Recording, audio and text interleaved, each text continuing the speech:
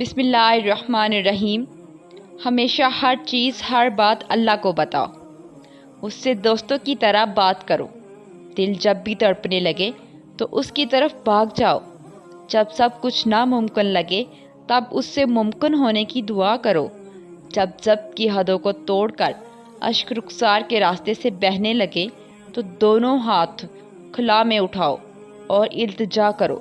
جب کبھی زندگی سے ہار جاؤ اور جینے کی چاہت دم توڑ دے تو آنکھیں بند کر کے اس کی موجودگی کو محسوس کرو، پھر ہاتھ دھڑکتے ہوئے دل پہ رکھو۔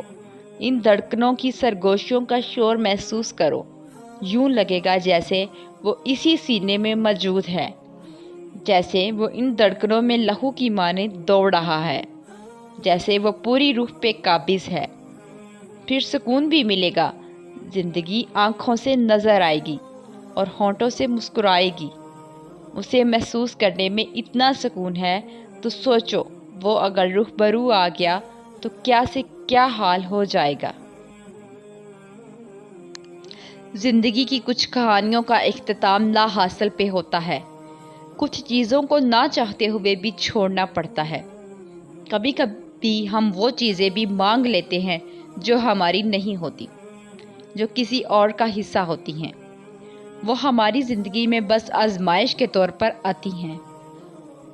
تو جو کہانیاں اللہ لا حاصل پہ ختم کر دیتا ہے ان میں کتنی بڑی مصلحت ہوتی ہے۔ اگر اس وقت تمہیں اس بات کا اندازہ ہو جائے نا تو تم ساری زندگی شکر کے سجدے سے نہ اٹھو۔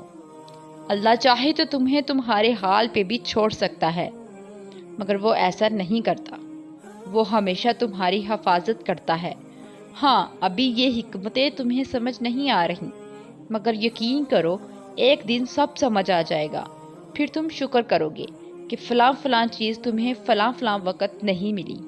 تم نہیں سمجھتے، مگر دینے والا خوب جانتا ہے۔